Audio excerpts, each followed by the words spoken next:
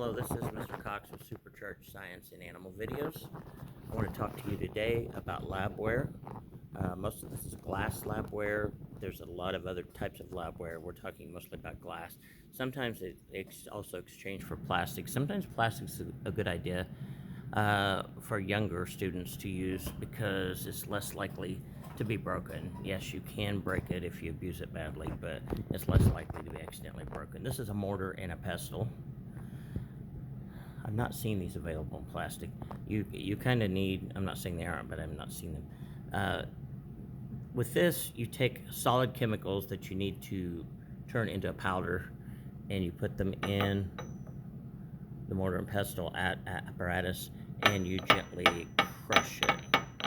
You don't use this like as a hammer or anything like that. You'll break something, but gently crush it.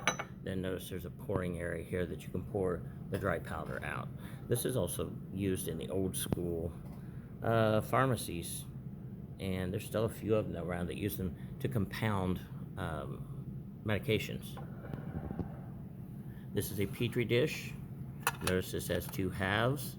This is used for a lot of things, but its main purpose and what it was actually designed for is you pour something called nutrient agar inside of it, and then you inoculate it with a bacteria or something you think might have bacteria or fungus in it, and you put it in an incubator and let it grow, and then you'll get bacterial colonies, fungal colonies, etc. And you can take samples of them. You can separate them. You can put little discs of different types of antibiotics in there to see how it reacts to the antibiotics. You can make slides. You can take little samples of different colonies and make slides of them, etc. But this is a petri dish. Okay. Beakers. All different sizes of beakers. Somewhere I have a little bitty tiny one, or had a little bitty tiny one, even smaller than this. So this was a 40 ml beaker, or 40 milliliters, 140 milliliter beaker, and a 300 milliliter beaker. Now notice I filled the one with water and food coloring. This is not an actual chemical. I want you to notice this, that you read the amount of milliliters or volume of milliliters, I should put it, of the liquid. You should actually have it set down, let it settle down, and then once it settles down, you will read it. You'll bring your eye down to the level and read it at the bottom of this thing called the meniscus. There's this little disc or bubble-like object at the top that's caused by surface tension of the liquid against the glass called the meniscus. So you want to read from the bottom of that. I'll show you that with some others here. This is a graduated cylinder. These also come in all types of sizes and shapes. This graduated cylinder is 100 ml or 100 milliliter graduated cylinder.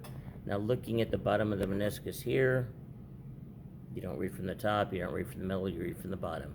It's 80 milliliters of liquid.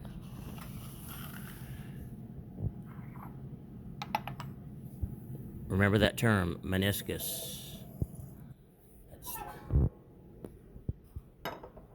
Two types of flask that are common in laboratories. There's also volumetric flask and those types of things. The two top common types are the Erlenmeyer flask.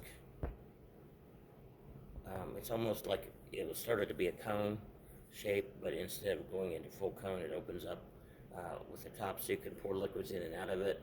And the Florence flask. Why was the Florence flask named a Florence flask? Because it was first developed and used in Florence, Italy. So in this case, this is a 500 milliliter flask. It doesn't have any lines for volume, so I don't know exactly how many milliliters I have in here, but when it's full, it's 500 milliliters. This Erlenmeyer flask, you can read it. So you go from the bottom of the meniscus, 400 milliliters. Now you're going to get your highest accuracy on volume or number of milliliters using a graduated cylinder, instead of the flasks or the beakers. But you can use all of these the beakers. If the Florence flask has volume markings on it, you can use it for determining an approximate amount of liquid. And same thing with the Erlenmeyer flask. But if you want to get an actual, very accurate amount or reading on the volume of liquid, you want to use a graduated cylinder. So let me back up and show you what this is. This again, graduated cylinder, Erlenmeyer flask, Florence flask. Here we have 3 different sizes of beakers. Again, there's all different sizes of all of these, really, of all these different types of Labware. Even the Petri dish, I've seen some little tiny ones. This is the most common size, the general size. And there's some different sizes of mortars and pestles.